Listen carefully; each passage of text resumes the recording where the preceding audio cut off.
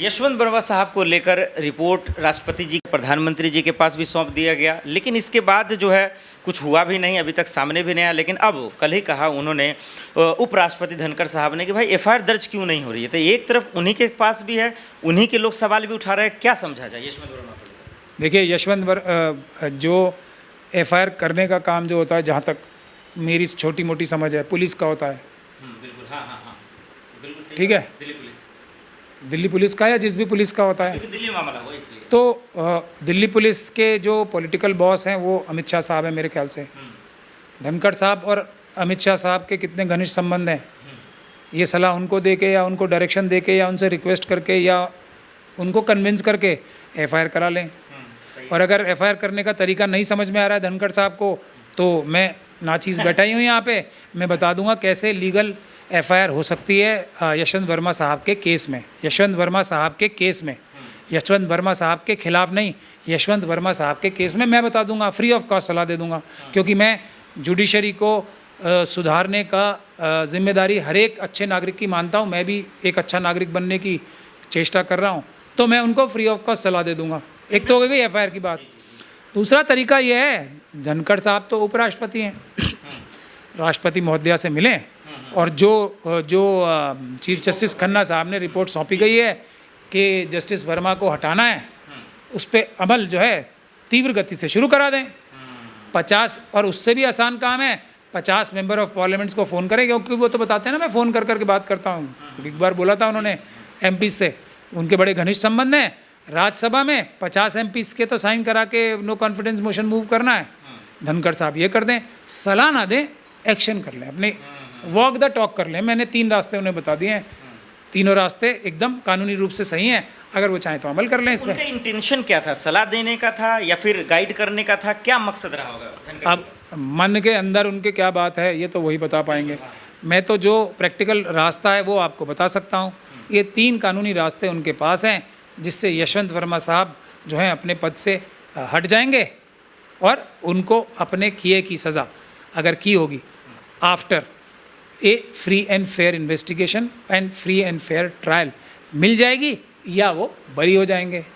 यही है भारत का जो न्यायिक व्यवस्था बाबा साहब ने बनाई है कि कानूनी प्रक्रिया शुरू करने का काम अमित शाह साहब के पास, प्रेसिडेंट साहिबा के पास और धनखड़ साहब के पास है।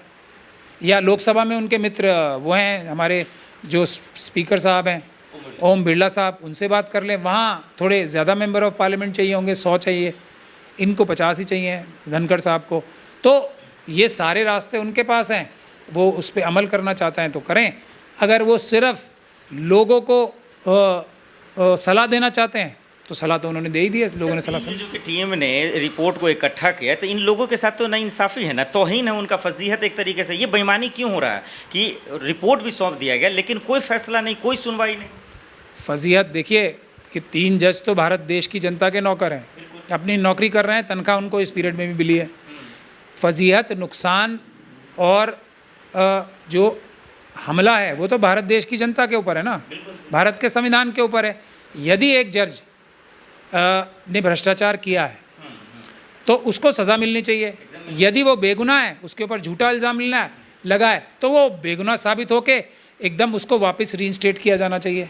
देखिए इन दोनों चीज़ों को हम लोग जो अम्बेडकरवादी हैं अपनी जान देकर भी सुरक्षा करेंगे। जजिस के ऊपर कोई भी इतनी सी भी आँच आती है तो हर एक अम्बेडकरवादी उसके लिए, हर एक संविधानवादी अपने प्राणों की भी बाजी लगा के उसकी रक्षा करेगा, हर एक जज की।